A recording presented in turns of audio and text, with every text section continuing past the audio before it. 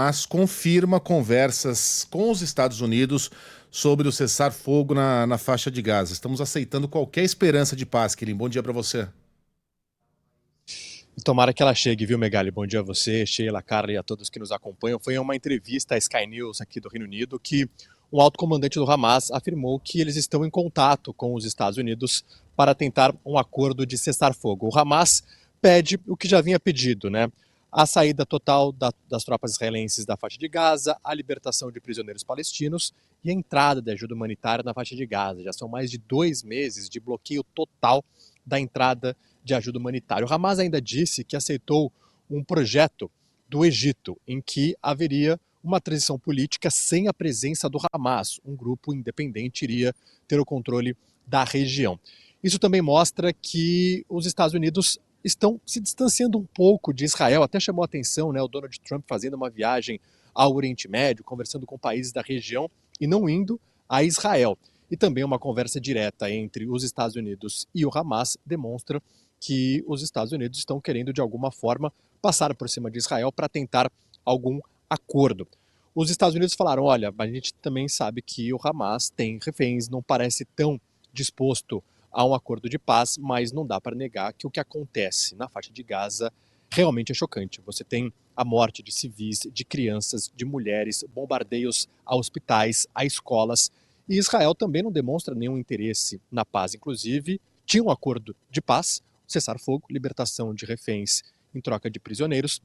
E aí iria para a segunda parte desse acordo e por interesses políticos, Benjamin Netanyahu simplesmente quebrou esse acordo, voltou a bombardear e a bombardear de forma violenta. Então a crise humanitária na faixa de Gaza realmente é muito preocupante, são crianças passando fome, inclusive a própria ONU falando que Israel tem usado a fome como arma de guerra, está acontecendo um massacre por lá e infelizmente as perspectivas são pequenas de um acordo de cessar-fogo, porque Benjamin Netanyahu tem intenções políticas, porque se ele parar com a guerra, ele perde parte do governo que dá sustentação a ele, e ele saindo do cargo pode inclusive parar na prisão, então ele está prolongando a guerra o máximo que consegue, e os Estados Unidos também estão vindo com propostas que não fazem sentido para muita gente, né? Como, por exemplo, deslocar parte da população palestina a países vizinhos, que já falaram, a gente não vai fazer isso porque a gente vai estar sendo cúmplice de um genocídio, de uma transferência de população que não quer sair da sua região. Então, infelizmente, o que acontece em Gaza tem chocado o mundo, mas o mundo também não está sendo capaz de parar esse ataque contra civis, sem, claro, deixar de lado que o Hamas ainda tem reféns, que cometeu um ataque muito violento, mas Israel está usando isso como pretexto para arrasar uma terra e também atacar diversos civis que não tem nada a ver com toda essa briga política. Ô, Kilin, você foi direto ao ponto aí. Esse é um conflito. Bom, não dá nem para chamar de guerra mais. Esse é um massacre que tem um lado só.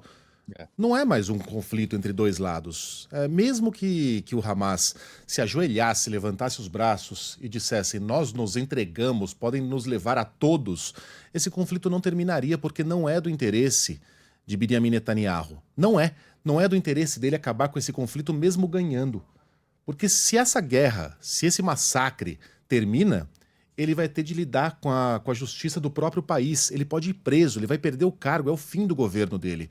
Então é de interesse de Netanyahu levar essa guerra eternamente. Se o Irã entrar, quanto melhor. Se o Líbano entrar, melhor ainda. Então o que ele vai promover é uma nova colonização em Gaza enquanto os ataques continuam. A gente não vê no horizonte a possibilidade do fim desse massacre, e massacre é o que isso é agora, porque não é do interesse do grande senhor da guerra. É um nó muito difícil de ser desatado, se não impossível.